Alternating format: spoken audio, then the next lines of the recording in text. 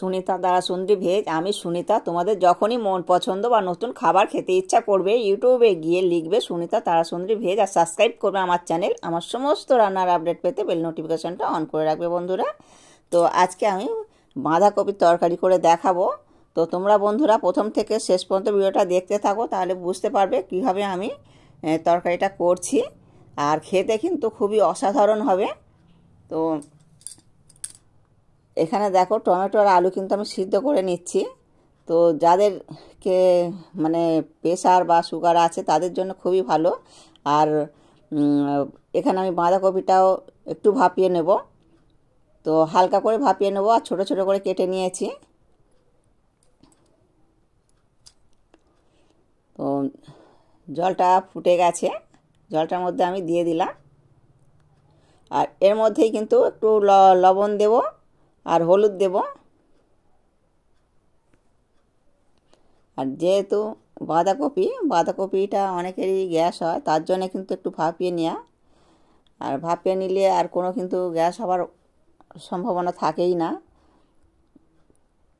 তো এটা হালকা করে একটু ভাপিয়ে নেব। লবণটা দিয়ে দিলাম হাফ চামচ। আর সবসময় মনে রাখতে হবে যে আমি লবণ আর হলুদ যেহেতু দিচ্ছি, তরকারিটা করার সময় কিন্তু এই হলুদ আর লবণটা কমই দিতে হবে। তো নেড়ে চেড়ে নিলাম।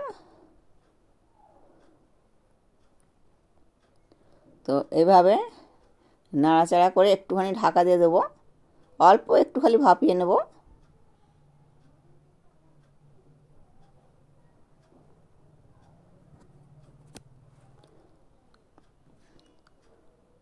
তো এবার আমি ঢাকাটা তুলে দেখলাম এটা কিন্তু সিদ্ধ অল্প একটু হয়েছে। তো এগুলোকে আমি ছেঁকে ছেঁকে তুলে নেব। দেখো জলটা আমি ঝরিয়ে আর ছিদ্রযুক্ত একটা থালা নিয়েছি, এই থালাটার মধ্যে কিন্তু রাখছি। আর বাকি যদি একটু জল থেকে যায় সেটাও কিন্তু ঝরে যাবে। আর তাহলে কিন্তু ভাজার খুবই সুবিধা হবে বাঁধাকপিটা। তো জলটা ফেলে দিয়ে এটা কড়াটা আমি ধুয়ে নেব।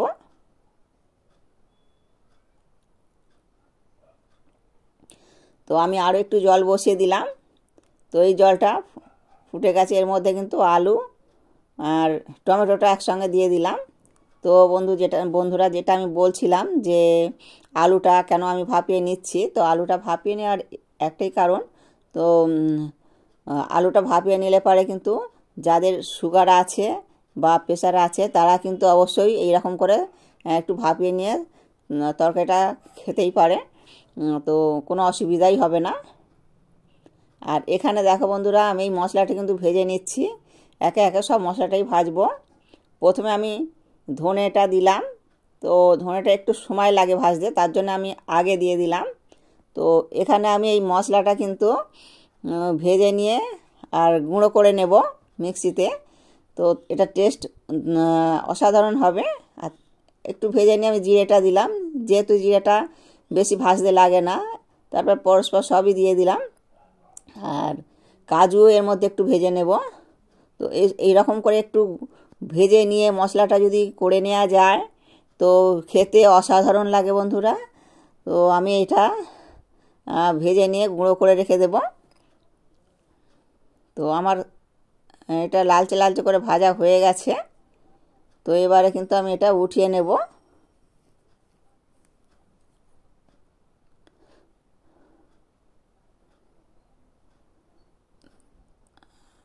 আর আমি এই দেখো মিক্সি জারতে দিয়ে দিলাম। তো এটা আমি গুঁড়ো করে নেব।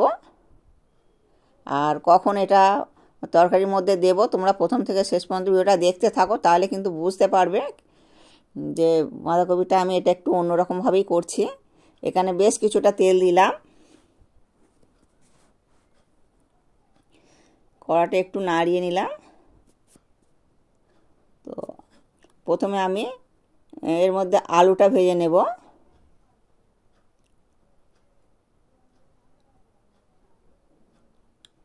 এই দেখো বন্ধুরা আলুটা কিন্তু আমি ভেজে নিচ্ছি।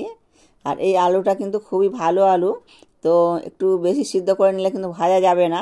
তো সেই রকম তোমরা কিন্তু বুঝেই কিন্তু আলুটাকে সিদ্ধ করবে। তো আলুটা আমার ভাজা হয়ে গেছে, এবারে এটা আমি তেলটা ঝরিয়েই তুলে নেব।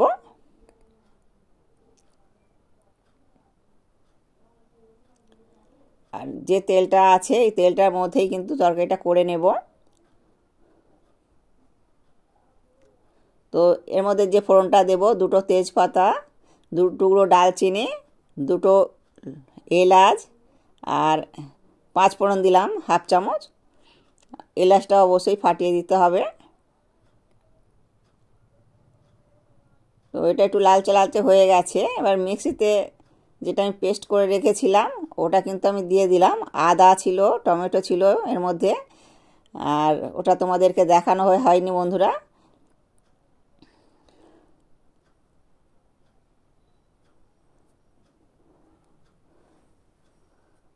এটা একটু ভেজে নেব।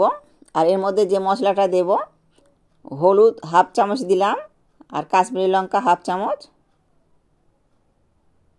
এটা একটু খুন্তি দিয়ে নাড়িয়ে নিলাম।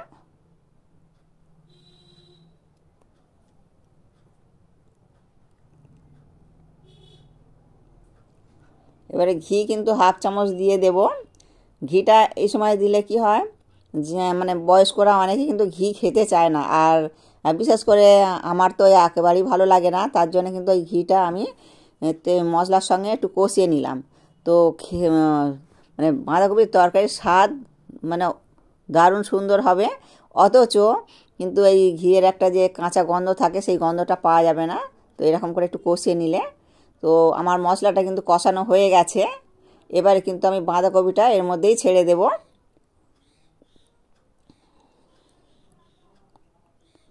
বাঁধাকপিটা আমি এর মধ্যে ছেড়ে দিলাম। এবার বাঁধাকপিটা দিয়ে বাঁধাকপিটাও একটু ভালো করে আমি হালকা হাতে কষিয়ে নেব। এই দেখো বন্ধুরা, আমি হালকা হাতে এটা কষিয়ে নিচ্ছি।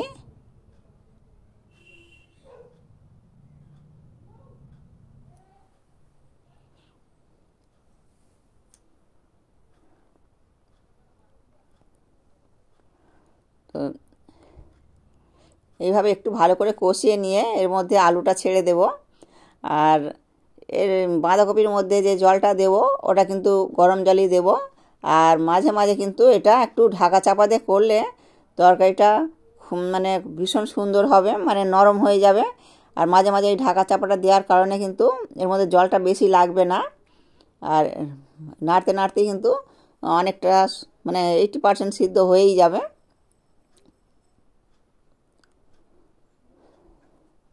তো এবার একটু ঢাকা চাপা দিলাম। তো মাঝে মাঝে খুলে খুলে এইভাবে ঢাকা চাপা দিয়ে ভাজলে তরকারির টেস্ট অসাধারণ হয়। তো আর গরম জলটা আমি কিন্তু করেই রেখেছি। তো এটা ভেজে নিয়ে আর আমি কিন্তু গরম জলটা দিয়ে দেব।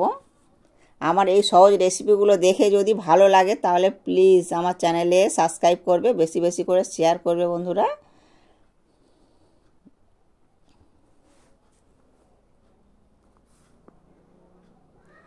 আর আজকের রেসিপি কেমন লাগলো কমেন্টে জানাতে ভুলবে না। গরম জলটা দিয়ে দিলাম। গরম জলটা দিয়ে আমি কিন্তু 1 মিনিট ঢাকা চাপা দেব।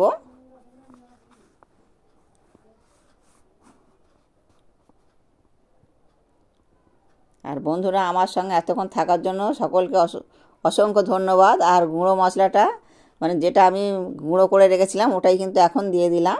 দিয়ে এবারে কিন্তু আমি ঢাকা চাপা দেব। আর এর মধ্যে যে চিনি দিয়েছি, তো চিনিটা কিন্তু তোমরা স্কিপ করে যেতে পারো। তো দেখো বন্ধুরা, আমি 1 চামচের মতন দিলাম, যেহেতু বাঁধাকপিতে একটু চিনি বেশি লাগে। আর যারা কিন্তু মিষ্টি খাও না তারা কিন্তু চিনিটা স্কিপ করে যেতে পারো। তো এবার আমি ঢাকা চাপা দিয়ে দিলাম।